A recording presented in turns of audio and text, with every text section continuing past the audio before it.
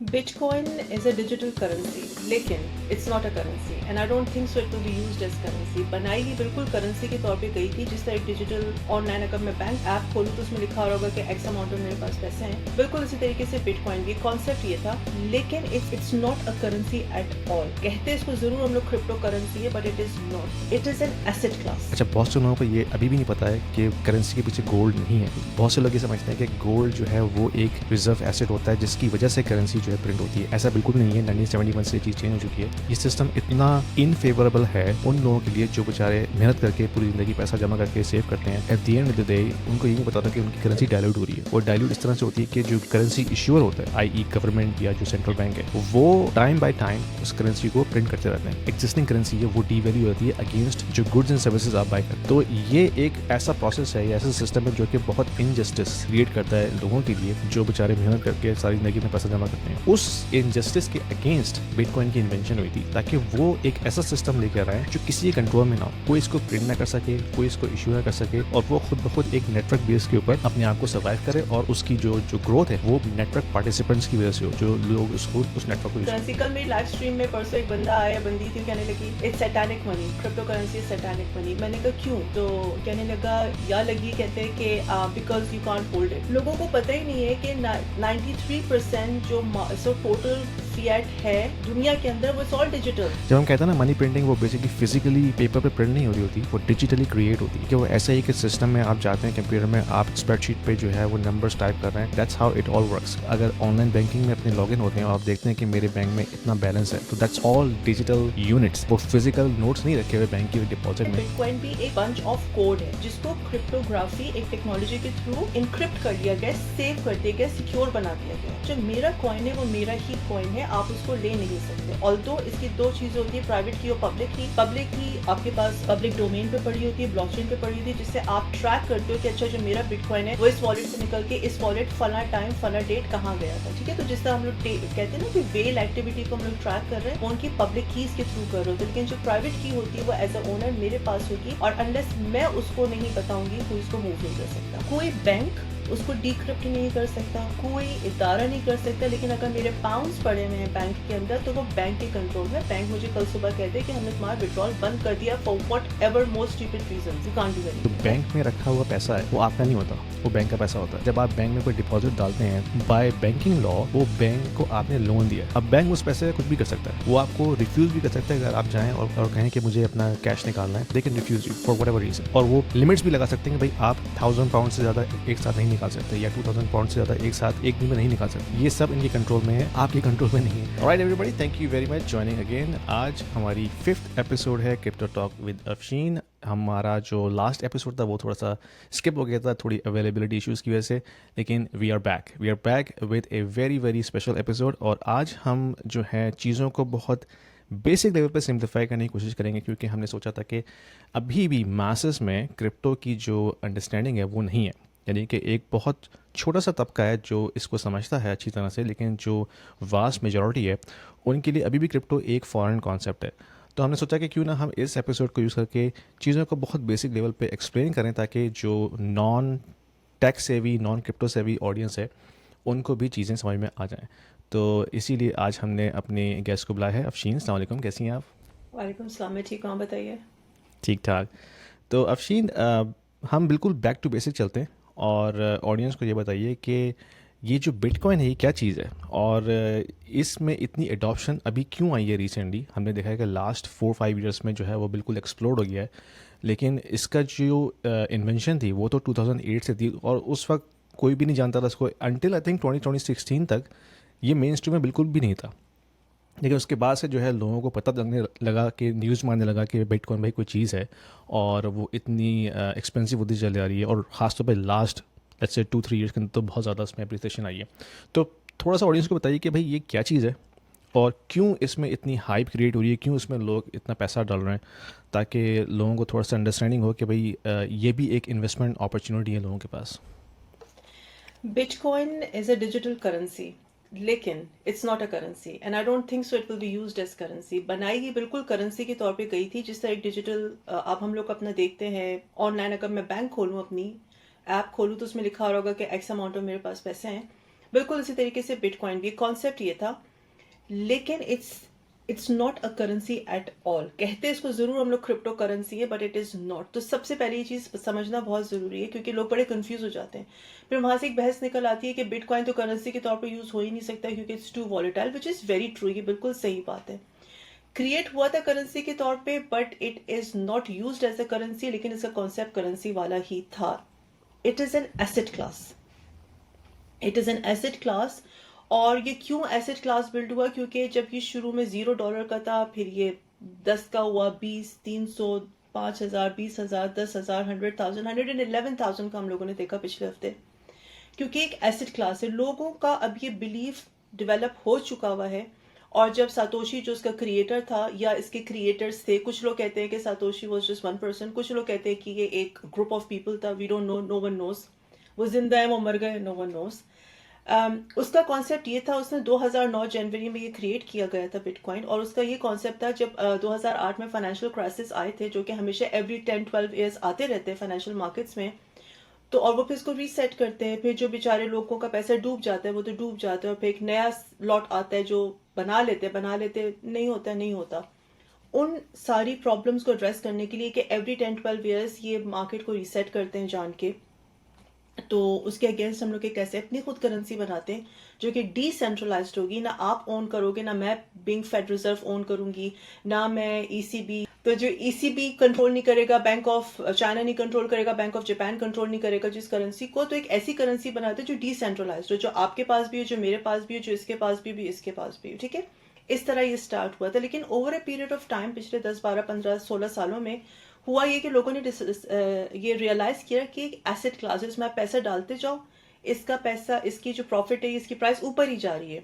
US dollar D value हो रहा है बिकॉज ऑफ इन्फ्लेशन, क्योंकि 2% इन्फ्लेशन तो बैंक हमेशा रखते ही रखते हैं, लेकिन वो 2% हो ना हो, वो 4% चली जाए, 5% चली जाए, डिपेंड करता है। If you are new in crypto and you're looking for an exchange to start crypto journey today, check the link in the description below. I have a link for the Coinbase platform which will give you $10 worth of BTC for free if you start using my link. इसमें मैं एक चीज़ बीच में add करूँगा, बल्कि आपसे पूछूंगा कि audience के लिए हो सकता है मैं बहुत से ऐसे लोग हैं जिनको समझ नहीं आ रहा कि ये सेंट्रलाइजेशन डिसेंट्रलाइजेशन क्या होती है। तो थोड़ा सा बताइए कि क्या प्रॉब्लम है अगर हम ऐसे सिस्टम में रहें जहाँ पे सेंट्रलाइज्ड करेंसी हो। जैसे फॉर एग्जांपल कनाडा में मैं रहता हूँ तो बैंक ऑफ कनाडा कंट्रोल करता है करेंसी को, आप यूके में रहती हैं तो बैंक ऑफ इंग्लैंड इसको कंट्रोल करता है। तो क्या उसमें इश्यूज़ हैं अगर यही सिस्टम बरकरार रहता है? तो सेंट्रलाइजेशन और डिसेंट्रलाइजेशन का, सो एक बैंक है बैंक ऑफ इंग्लैंड, वो जब चाहे इन्फ्लेशन उनके कंट्रोल में ना हो, वो जब चाहे मनी प्रिंटिंग करवा लें। ठीक है, मनी प्रिंटिंग से क्या होता है कि आप सप्लाई बढ़ा रहे होते हो पाउंड की, या डॉलर की सप्लाई बढ़ रही है।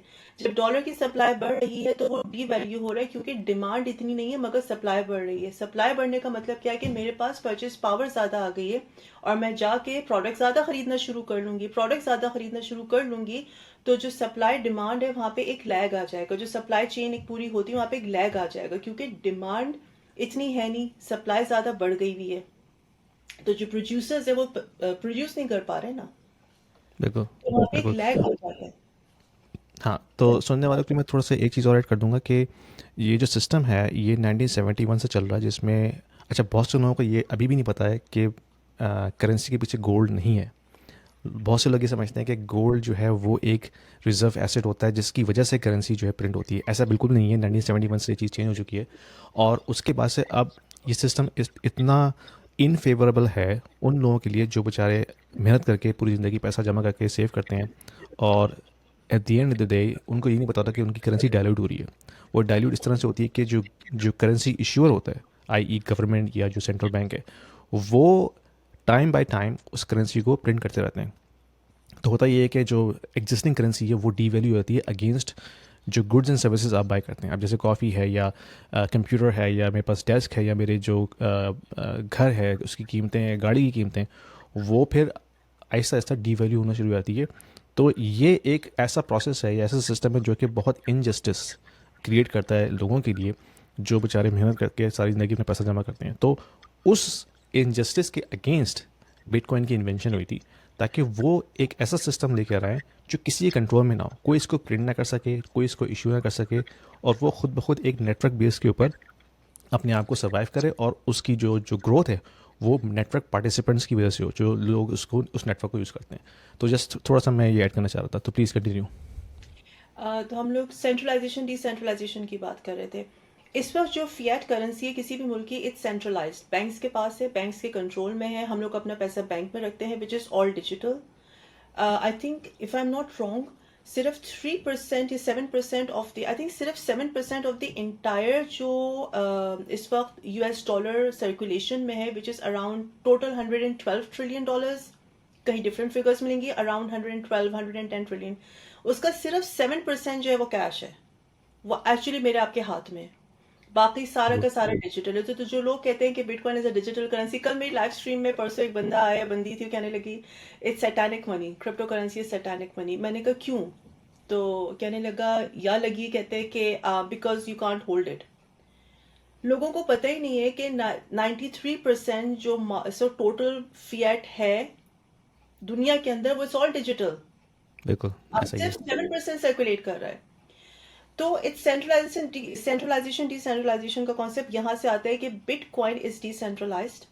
21 मिलियन हमेशा टोटल रहेंगे। अभी आई थिंक 19 या 18-19 मिलियन माइन हो चुके हैं, 21 इन टोटल होंगे, और वो कोई एक पार्टी उसको ओन नहीं करती, कंट्रोल नहीं करती है।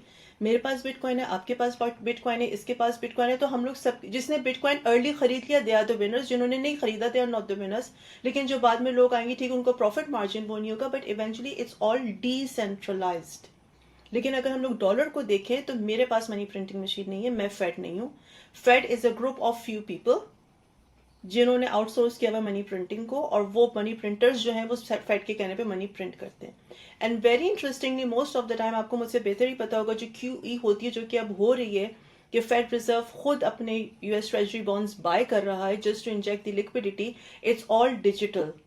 It's all digital. नंबर सिर्फ हम लोग की स्क्रीन पे आ रहे हैं।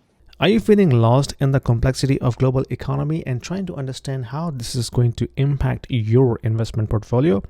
You are not alone, my friend. I have been through and I have learned the hard way, and I'm trying to converge all of my experience and learnings into a course that I just designed specifically for you. In this course, Mastering Macroeconomic Fundamentals for Investment Strategies, I'll show you how to decode the economic trends, navigate market cycles, and build smarter, adaptable investment strategies. You're going to learn, analyze key indicators like GDP, inflation, and yield curves, identify opportunities in commodities and crypto alike, and adjust your portfolio to thrive in any cycle. With real-world examples and actionable insight, this course will empower you to invest with confidence, no matter what the market is. Don't just react to the news. Understand them. Enroll now and take control of your financial future today. बिल्कुल, जब हम कहते हैं ना money printing, वो basically physically paper पे print नहीं हो रही होती, वो डिजिटली क्रिएट होती है। यानी कि वो ऐसा ही कि सिस्टम में आप जाते हैं, कंप्यूटर में आप स्प्रेडशीट पे जो है वो नंबर्स टाइप कर रहे हैं, that's how it all works. तो जो आप अगर ऑनलाइन बैंकिंग में अपने लॉगिन होते हैं और आप देखते हैं कि मेरे बैंक में इतना बैलेंस है, तो दैट्स ऑल डिजिटल यूनिट्स। वो फिजिकल नोट्स नहीं रखे हुए बैंक की डिपॉजिट में, वो बेसिकली जो है वो डिजिटल एंट्रीज़ हैं एक लेजर सिस्टम के अंदर। तो अब हम नेक्स्ट टॉपिक पे चलते हैं। तो ये तो समझ में आ गया कि बिटकॉइन क्यों क्रिएट हुआ और उसकी क्या पीछे वजूहत हैं। अब ये काम कैसे करता है? हमें तो पता है कि ये जो करंट फिएट सिस्टम है वो basically collection of central banks हैं, और वो आपस में मिल के काम करते हैं, कोलैबोरेट करते हैं, और फिर जो करेंसी सिस्टम है उस तरह से फ्लो होता है।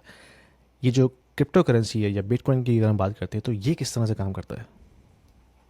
So as I said, Bitcoin is not a currency. It was created as a currency.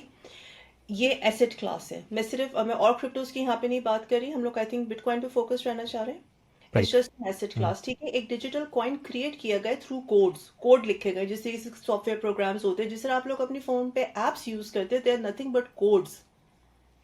अगर मैं आपसे कहूँ कि आप अपनी ऊबर ईट्स की ऐप को अपने फोन से बाहर निकाल लो, can you do it? You can't do it. लेकिन ऊबर ईट्स पे आपकी दुनिया कायम है, हम लोगों की दुनिया कायम है। आई डोंट नो कनाडा में क्या है, लेकिन यूके में ऊबर ईट्स बहुत यहाँ ज्यादा पे भी है, पॉपुलर, हाँ। वहाँ पर भी है। और दुबई में इट्स आई थिंक करीम, और पाकिस्तान में भी आई थिंक करीम। एनीवेज, तो जिस तरीके से वो एक ऐप है जो कि कोडेड है, इसी तरीके से बिटकॉइन भी एक बंच ऑफ कोड है जिसको क्रिप्टोग्राफी एक टेक्नोलॉजी के थ्रू इनक्रिप्ट कर लिया गया, सेव कर दिया गया, सिक्योर बना दिया गया हुआ है। ठीक है, तो जो मेरा कॉइन है वो मेरा ही कॉइन है, आप उसको ले नहीं सकते। ऑल्दो इसकी दो चीज़ें होती है, प्राइवेट की और पब्लिक की।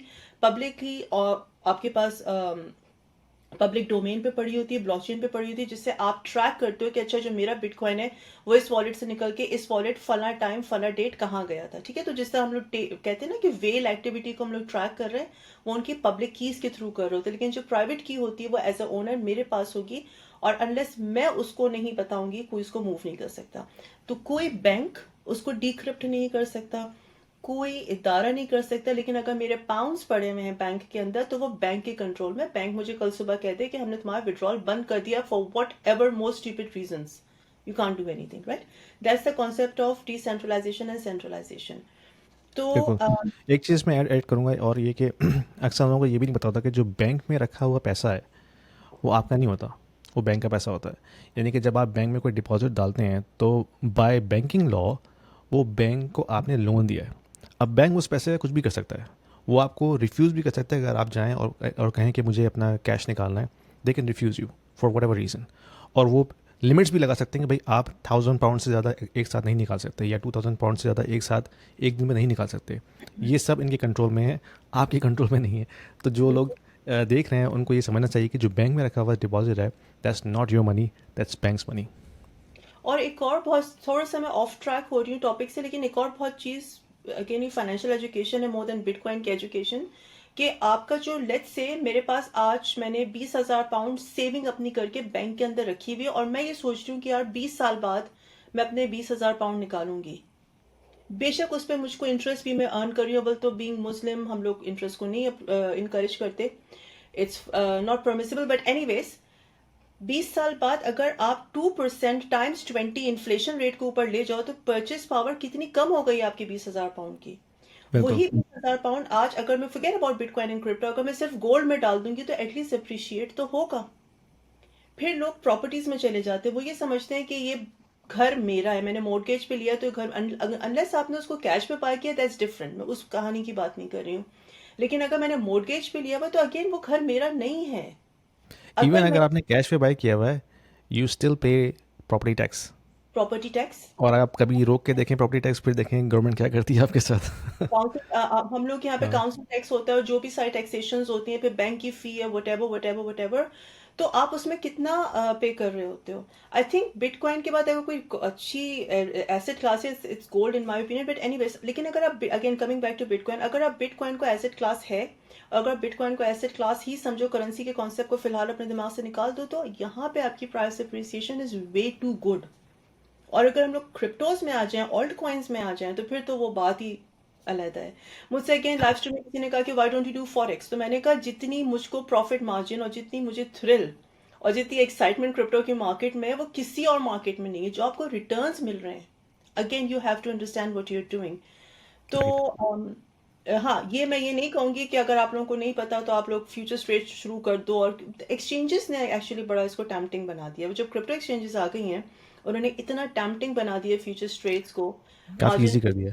बहुत ईजी अपने लिए कर दिया हुआ है। जो बिल्कुल नूब्स होते हैं वो उस ट्रैप हाँ, में फंस जाते हैं।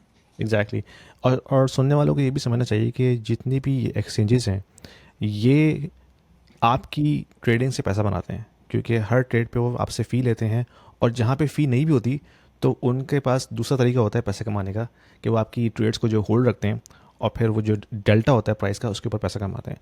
तो ये मत समझें कि जो एक्सचेंजेस आप यूज़ कर रहे हैं वो फ्री में आपको सर्विसेज दे रहे हैं। उनके पैसे कमाने का तरीका अलग होता है, लेकिन सबसे ज़्यादा पैसा वही कमा रहे होते हैं। कभी अगर आप अपने पूरे साल की ट्रेड्स निकाल के देखें और देखेंगे आपने कितनी फ़ीस पे की है कॉइन बेस को या क्रैकन को, तो फिर आपको अंदाज़ा होगा कि सबसे ज़्यादा पैसा तो उन्होंने बनाया है।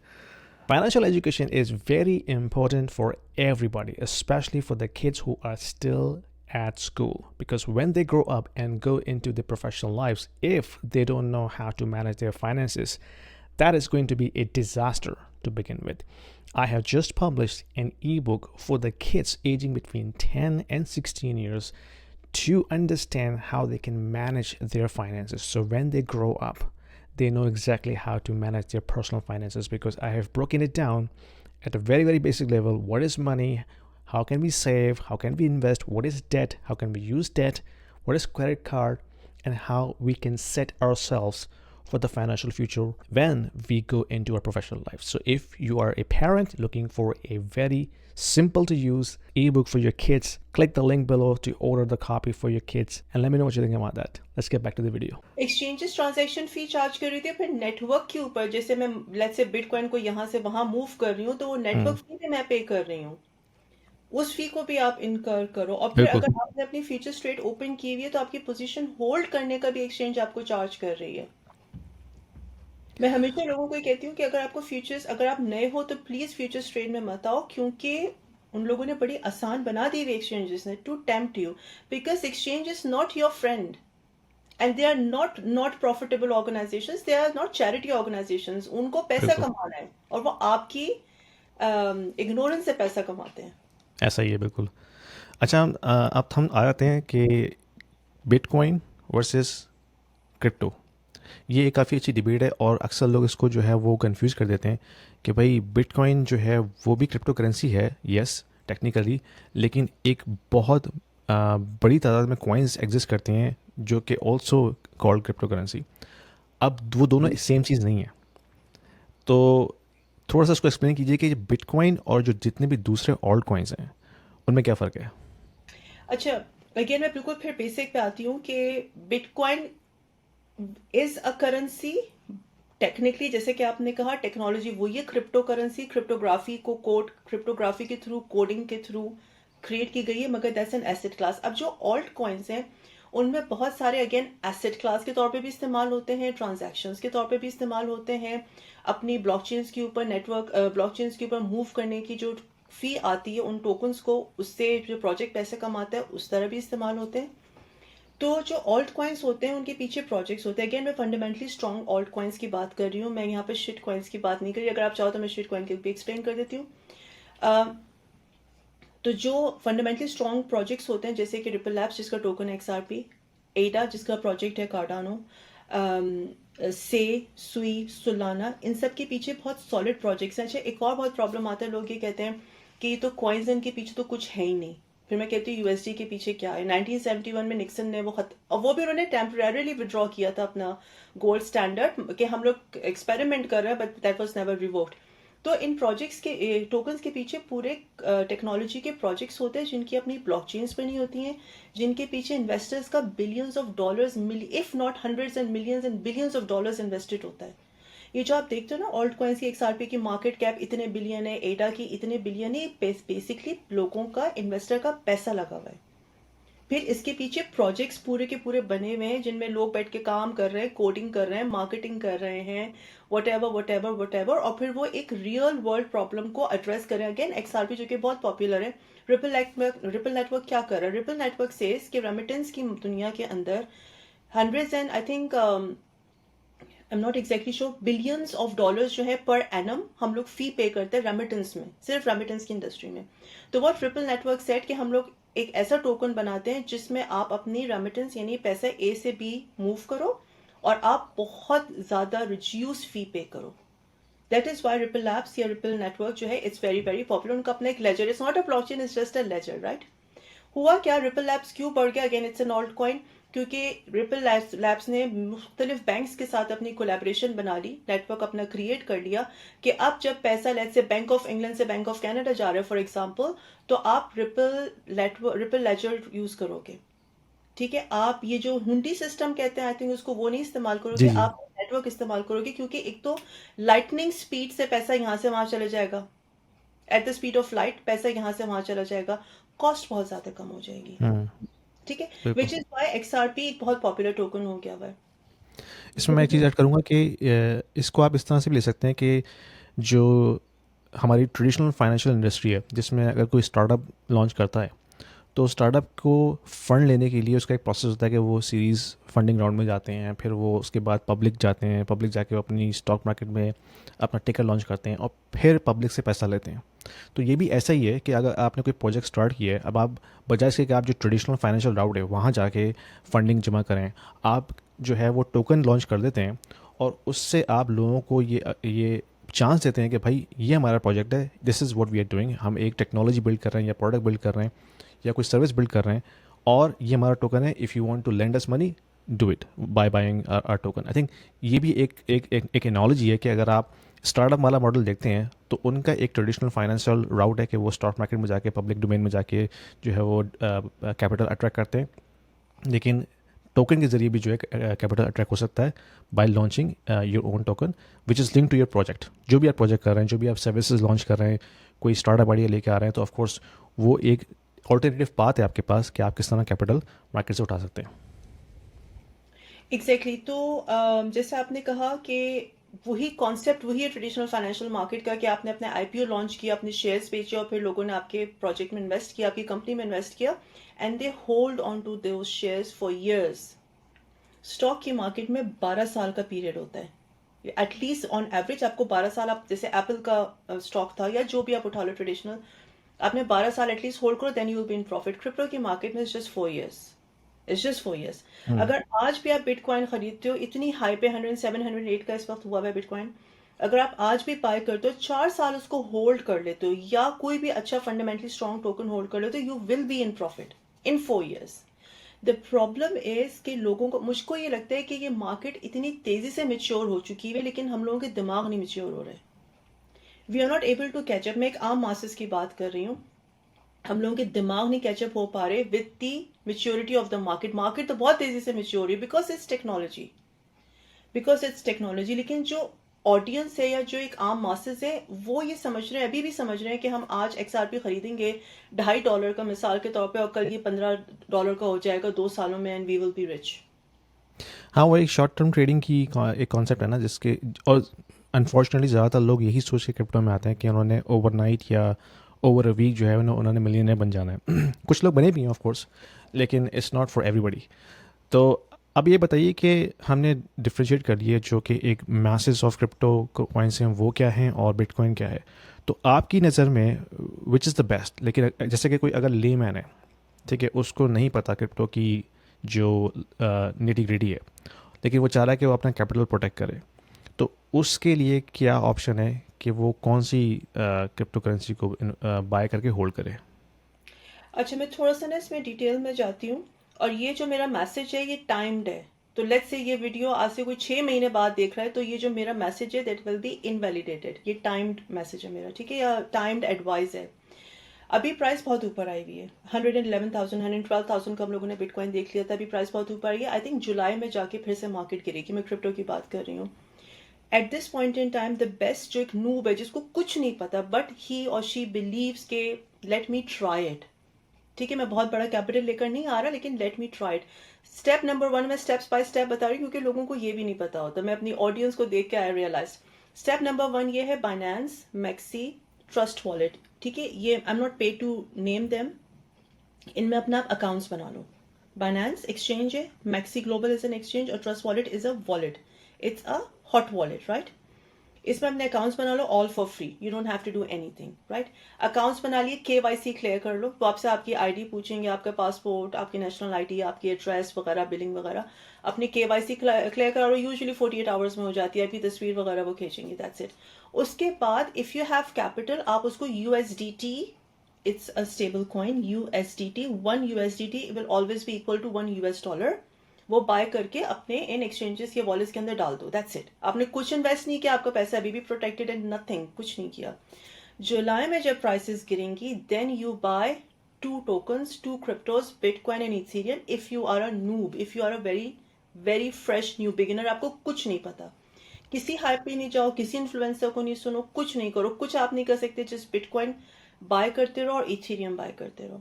और ये अच्छा, एक आपने, क्वेश्चन मैंने आपसे ये पूछना है कि स्टेबल कॉइन क्यों बाय करें अगर हम सिर्फ कैश ही अपनी डिपॉजिट कर लें एक्सचेंज में and just wait for the opportunity.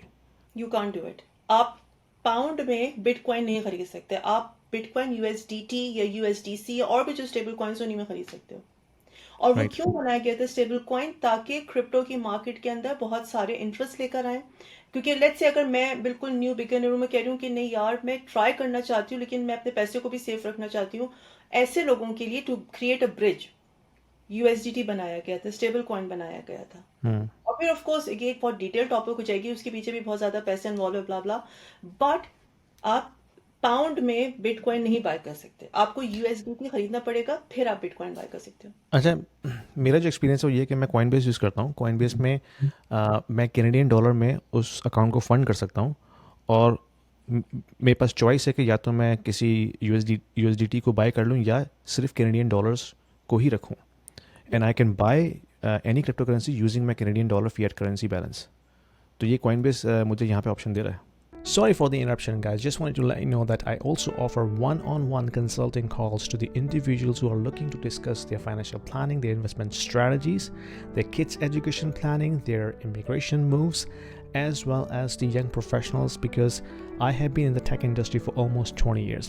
So I also offer one-on-one consulting calls to the young professionals who are looking to have their career development discussion with me, and also personal branding as well. So if you are looking to have some sort of an expert opinion, there is a calendar link in the description below. Book a 30 minutes call with me and I will be more than happy to help you out. अच्छा, Coinbase, speaking of Coinbase UK में भी मैं इस्तेमाल नहीं करती हूँ। Coinbase और crypto.com, मुझे कनाडा का नहीं पता क्यों नहीं मैं इस्तेमाल करती हूँ, क्यों मैं इनकरेज भी नहीं करूँगी, and I hope I don't get band for saying this, क्योंकि ये लोग सारा जो अपना डेटा है वो शेयर करते हैं HMRC के साथ, जो हम लोग का टैक्सेशन का डिपार्टमेंट है, और आपका प्रीटी श्योर कनाडा में भी होगा, यूएस में भी होगा। वो सारे इसी वजह से उन्होंने बहुत उसको आसान बनाया हुआ है।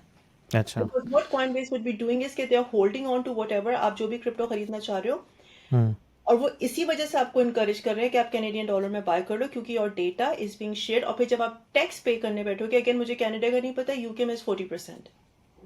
सो यहाँ पे बेसिकली कैपिटल गेन टैक्स लगता है, and it depends upon your marginal tax rate. तो आप इनकम के किस ब्रैकेट में हैं वो आपको बताएगा कि आपका टैक्स रेट कितना बनता है। अच्छा, ये एक बड़ा ग्रे एरिया मैं कहूँगी कि अगर आप एक, यहाँ पर भी यूके में भी ऐसे ही है कि आपका एक सर्टेन बैंड है जिसके ऊपर अगर आप जाते हो तो 40%, उसके अंदर 20% वटेवर। लेकिन फिर अगर आप क्रिप्टो में अपने गेन्स देखो और अगर आप वाकई पैसा बना रहे हो तो यू डेफिनेटली पे अबव 40%। लेट्स से बिटकॉइन पे 100,000 का मैं अपना बिटकॉइन बेचना चाह रही हूँ, तो मेरे पास तो सिर्फ $60,000 आएगा ना। 40% तो मैंने टैक्स में पे करना है, और वो डॉलर को जब मैं पाउंड में कन्वर्ट करूंगी तो मुझे और नुकसान है। बिल्कुल। यू सी, तो that's how I work here. अब मुझे कनाडा का नहीं पता, लेकिन आई एम वेरी श्योर कि वो आपको आपका सारा डेटा जो है वो कॉइनबेस और crypto.com। तो जो एक्सचेंजेस आपने भी बताए हैं तो वो डेटा शेयर नहीं करते HMRC के साथ। That means you're basically not paying taxes on your crypto transactions, right? अच्छा, ये अब मैं इतना खुल के इस वाले टॉपिक पे बात नहीं कर अच्छा, सकती अगर आपने इसको लेकिन हाँ, डिस्कस नहीं करा तो दैट्स ओके।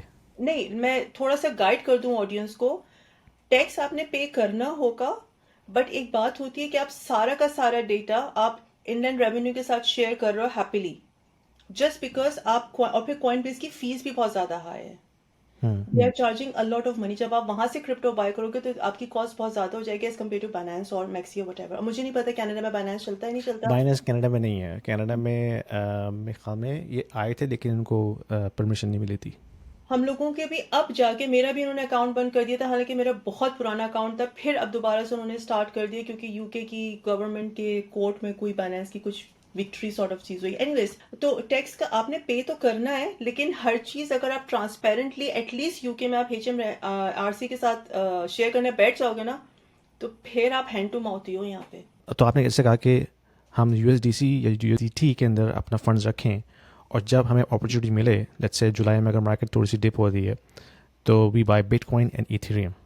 यस, लेकिन उस वक्त भी सबसे प्रॉब्लम क्या थी, लोग कहते हैं कि 100,000 का बिटकॉइन हम कैसे बाय करें।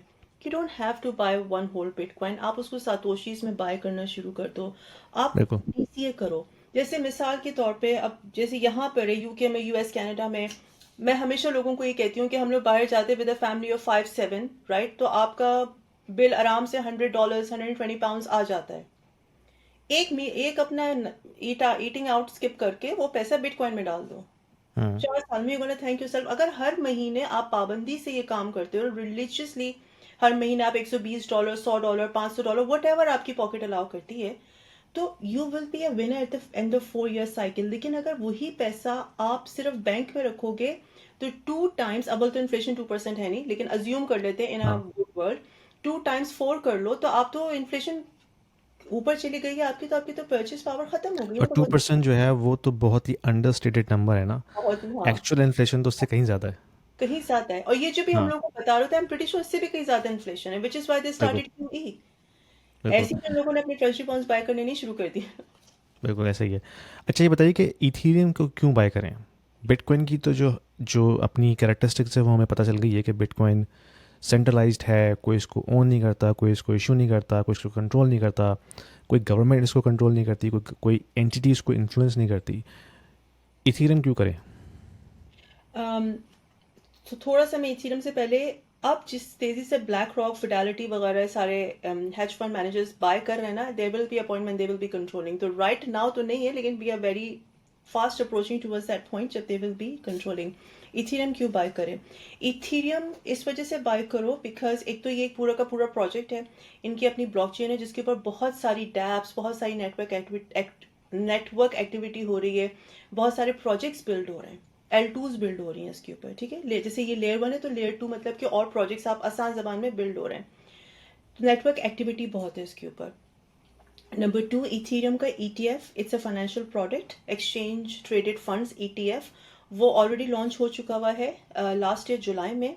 और there is a very very high hope और कॉन्सेंसस भी हैं, जो प्रिडिक्शन मार्केट्स हैं, पॉली मार्केट मिसाल के तौर पे, सो दे आर एक्सपेक्टिंग कि इसका जो स्टेकिंग फीचर है, जो अभी तक इथीरियम को नहीं मिला था यूएस में, वो अलाउ कर दिया जाएगा इन मई और मोस्ट लाइकली जून, या मोस्ट लाइकली बाय अक्टूबर। तो जिस तेजी से बिटकॉइन के अंदर इन्फ्लो क्यों आया है? Because of institutions, because of the hedge fund managers, वो अपने ETF आके बेचते हैं, राइट। तो उस वजह से लोग इसके अंदर पैसे डालते हैं। यही काम इथीरियम के साथ भी होने वाला है, जिसकी वजह से इसकी प्राइस, और जैसे अभी आई थिंक इथीरियम अराउंड 2000 है, वट जो भी उसकी प्राइस है, राइट। इसकी प्राइस मैं एक्सपेक्ट कर रही हूँ अराउंड $4,000 to $6,000, अगर अगर इसका स्टेकिंग फीचर अप्रूव हो जाता है, जिसके उम्मीद बहुत ज़्यादा है। हम्म, दो क्वेश्चन ऐसे करूँगा मैं, फिर हम इसको रैप अप कर लेते हैं। अभी हमने रिसेंटली देखा है कि इथीरियम की जो परफॉर्मेंस है वो काफ़ी अंडर परफॉर्म किया है उसने अगेंस्ट बिटकॉइन। तो आपकी नज़र में क्या वजह है उसकी? एक तो बिटकॉइन और इथेरियम कंपैरेबल बिल्कुल भी नहीं है, तो अगर हम्म, बिटकॉइन इथेरियम की हम लोग परफॉर्मेंस को कंपेयर करें तो आई थिंक इट्स अनफेयर। दूसरी जो वजह इसकी है वो यही है कि इथेरियम का जब ETF अप्रूव हुआ था लास्ट ईयर जुलाई, तो लास्ट ईयर जनवरी में बिटकॉइन का ETF अप्रूव हुआ, and it was a good success, it was a huge success, ठीक है। जुलाई में इथेरियम का हुआ, what SEC did in the United states, उसने कहा कि हम तुम्हारा स्टेकिंग फीचर अप्रूव नहीं करते। हाउएवर यूरोप के अंदर जो यूरोप के एसेट मैनेजर फंड्स हैं, उनको अप्रूवल मिल गया कि ठीक है, तुम स्टेकिंग भी ऑफर कर सकते हो ETFs पे इथेरियम के। तो राइट। उसकी वजह से एक सॉर्ट ऑफ डिस्कनेक्ट हो गया मार्केट का और इथेरियम के ETFs का, राइट। हम्म, अगेन जो मेरा जिसकी सेकंड क्वेश्चन था वो स्टेकिंग के ऊपर था कि थोड़ा सा ऑडियंस को बता रही कि स्टेकिंग क्या चीज़ होती है। श्योर, तो again this is the reason Ethereum का ETF पिक नहीं हो पा रहा, जिसकी वजह से इसकी प्राइस इतनी ऊपर नहीं जा रही। फिर इथेरियम के कॉम्पिटिटर्स बहुत आ गए, सुलाना है, सुई है, से है, ये सब इथेरियम से कॉम्पीट कर रहे हैं, तो उसको कॉम्पिटिशन भी बहुत मिल रहा है। बिटकॉइन का कोई कॉम्पिटिटर नहीं है, राइट। तो this is the reason in my opinion. Staking क्या होती है? स्टेकिंग ये होती है कि जैसे मेरे पास बिटकॉइन है, राइट, और आप एक फाइनेंशियल प्रोडक्ट आपकी है कि तुम मुझको अपना बिटकॉइन दे दो, मैं होल्ड करूंगा for let's say 12 months, what ever जो भी टर्म्स हैं, 18 मंथ्स, 2 years, 3 years, मैं, तुम अपना बिटकॉइन मुझसे ले नहीं सकती हो, but I am going to give you, pay you interest three point four तो एक तरह परसेंट से आप अपना बिटकॉइन जो है वो लीज आउट कर रहे हैं किसी और को। Lease out is the correct term? I don't no, आसान जबान में मुझे लीज आउट करते हैं, मैं कह नहीं लीज सकती। मतलब आप बेसिकली रेंट पे दे रहे हैं, इन वेरी सिंपल वर्ड्स। नहीं, रेंट यानी कि आउट। आप उसको ओन करते हैं, हाँ। आपने किसी और बंदे को दिया है कि भाई यू कैन होल्ड इट हम्म। और you can use it what ever you want, but after 12 months I will get it back. और हाँ, उस 12 मंथ्स के दरमियान आपने मुझे परसेंटेज पे करनी है, जो भी इसको आप इंटरेस्ट कहें, रिटर्न कहें, जो भी कहें। स्टेकिंग, बेसिकली स्टेकिंग जो होती है वो हम लोगों की जबान में उसको ईल्ड कहा जाता है, लेकिन जो यील्ड, हाँ, यील्ड, रिटर्न, आरओआई, जो भी कह सकते हैं आप। Exactly. लेकिन कुछ लोग को यहाँ पे वो इस्लामिक पुलिस आ जाती है, कहती है इट्स इंटरेस्ट, बट एनीवेज मैं उस बहस में नहीं जाऊंगी। तो हाँ, मैंने आपको बिटकॉइन दिया, आप मुझे पर मंथ एक सर्टेन अमाउंट परसेंटेज मेरा दे रहे हो according hmm, to the price of bitcoin. तो अगर बिटकॉइन की प्राइस ऊपर जा रही है, कुछ लोग बहुत, उनकी वैसी टर्म्स होती हैं, बिल्कुल सेट करते हैं, कहते हैं नहीं, बिटकॉइन की प्राइस ऊपर जाए नीचे जाए हम तुमको 2% देंगे, कुछ कहते हैं कि नहीं, हम लोग बिटकॉइन की वट जो भी उनका प्रोडक्ट होता है। तो दैट्स व्हाट स्टेकिंग इज, और बहुत अच्छा, सारे। जो दूसरी पार्टी जो आपसे बिटकॉइन ले रही है वो रिटर्न किस तरह जनरेट करेंगे, वो आपको किस तरह यील्ड प्रोवाइड करेंगे? अब ऑफ कोर्स वो उनके अपने अपने टर्म्स होती हैं, कंडीशंस होती हैं, बट यूजुअली इट्स लाइक क्योंकि वो जैसे कि मैं लेट्स से फॉर एग्जांपल मेरा बिटकॉइन आपके ये चले सके मैं बिटकॉइन होल्ड कर रही हूँ आपका, ठीक है। अब मैं उस बिटकॉइन के बेस पे लोन्स भी ले सकती हूँ जाके। I can do many things because I am very right, influential. So it can be use as collateral. Collateralize I don't know collateralize उसको कहेंगे, लेकिन yes I can do many things with that bitcoin. इसका मतलब ये है ना कि जो जो भी एंटिटी या पर्सन आपसे आपका क्रिप्टो कॉइन ले रहा है, तो that means that person has to generate at least 4-5% yield, ताकि वो आपको उसमें से 2% दे, बाकी रिटर्न 3% जो है पॉकेट करे अपना। तो मैं एग्जैक्टली। यही सोचना चाह रहा था कि वो उसको ऐसा क्या करते हैं जिससे वो उनके पास इतना रिटर्न जनरेट हो ताकि वो आपको भी पे करें। There can be many things ना। तो मैंने आपका बिटकॉइन जो मैं होल्ड किया वो मैंने आगे प्रोजेक्ट को लेंड आउट कर दिया मजीद टर्म से, जो बैंक करता है, मेरा पैसा आपको दिया, आपको हाँ, वो पैसा जो, दिया, हाँ, उसके बेस फाइनेंशियल, वो क्या कहते हैं, फ्रैक्शनल रिजर्व बैंकिंग जो होती है। फ्रैक्शनल बैंकिंग हाँ, एग्जैक्टली। तो अब मतलब इस एंटिटी को मैंने दे दिया, उन्होंने उस चूंकि बिटकॉइन होल्ड किया हुआ है तो उसके बेस पर उन्होंने मुझे लोन दिया, उन्होंने अपना प्रोजेक्ट खड़ा कर लिया, प्रोजेक्ट से मैं अपना पैसा कमा रही हूँ, फिर मैं आपको आगे कर रही हूँ। तो वही राइट, जो फ्रैक्शनल बैंकिंग कॉन्सेप्ट है वही कॉन्सेप्ट यहाँ पर भी चलता है। Interesting, interesting. एक्सचेंजेस को हाँ, आप देख, क्योंकि मुझे भी थोड़ा सा कन्फ्यूजन था कि स्टेकिंग, मुझे पता तो था कि होती क्या है, लेकिन how the other party is generating money वो मुझे नहीं पता था। There could be many things. मैं हम्म, एक्सचेंज को दे दूं, मैंने आपके 5 बिटकॉइन लिए हुए हैं, मैं आपको whatever परसेंट ऑफर कर रही हूँ, और मैंने फिर आगे एक्सचेंजेस को दे दी, एक्सचेंजेस ने अपने रिजर्व दिखा दी कि देखो हमारे पास इतने सारे बिटकॉइन है, इतनी बड़ी एक्सचेंज बन गए हुए, तुम आओ हमारे पास ट्रेड करो। फिर वो और लोगों को अट्रैक्ट करते, कस्टमर्स को अट्रैक्ट करते, उनसे पैसे राइट, बना के वो मुझे देते हैं, थोड़ा सा फ्रैक्शन मैं आपको दे देती हूँ। तो वही राइट, राइट। आपके पास सारा वही है। और लास्ट क्वेश्चन मैंने ये पूछना है कि जब आप स्टेकिंग पे अपना बिटकॉइन देते हैं किसी को, तो आप अपनी कस्टडी किस तरह प्रोटेक्ट करते हैं? सो देयर यानी आर कि वो लॉ। टेक्निकली किस तरह होता है कि यानी कि आपके पास आपकी प्राइवेट की तो है ना, जो जो आपको ये सिक्योरिटी दे रही है कि आप ओन करते हैं उसको। तो एग्जैक्टली। अगर आपने किसी को लैंड किया है बिटकॉइन अपना, तो वो किस तरह से उसको एक्सेस करेंगे? तो मेरा बिटकॉइन मेरा है, मैंने आपके वॉलेट में डाल दिया, ठीक है। आप बाइनेंस हो, मैंने आपके वॉलेट में डाल दिया। प्राइवेट की तो राइट, मेरे पास रहेगी, ओन तो मैं ही कर रही हूँ, लेकिन बाइनेंस के पास ऑप्शन है कि वो उस बिटकॉइन को आगे किस तरीके से यूज करे टू गेट गेन मजीद फाइनेंशियल गेन्स। Right, right. यानी कि वो जो स्टेकिंग का जो प्रोसेस है उसके अंदर ये चीज़ सेटल होती है। ये चीज ऑफ कोर्स आपकी टर्म्स एंड कंडीशन सेट होती है ना, आप साइन हम्म, करते हो, पूरा एक डॉक्यूमेंट साइन करते हो कि राइट, स्टेकिंग मैं ये कर रही हूँ।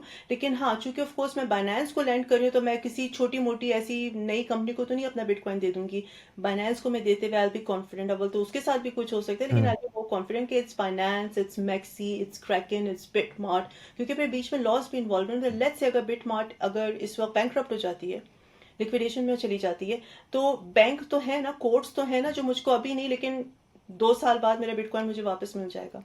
जैसे अभी बीच में जो कुछ एक्सचेंजेस बैंकरप्ट हुई थी, जिसमें वो जो गैलेक्सी थी है, और जेनेसिस, जेनेसिस उनके मेरे ख्याल में जिन लोगों की बिटकॉइंस या क्रिप्टो करेंसी उसमें थी, अभी तक उनको मिले नहीं है, वो कोर्ट प्रोसेस चल रहा है अभी कोर्ट तक। प्रोसेस चल रहा है, हाँ, एग्जैक्टली। बट इवेंचुअली एग्जैक्ट, मिल जाएगा उनको, बिल्कुल। इवेंचुअली मिल जाएगा। तो ये तो काफ़ी बड़ा टॉपिक था, हमने इसको काफ़ी छोटे कम टाइम के अंदर जो है इसको स्क्वीज़ किया है, लेकिन आई एम श्योर कि जो देखने वाले हैं, सुनने वाले हैं, उनको काफ़ी इससे हेल्प मिली होगी।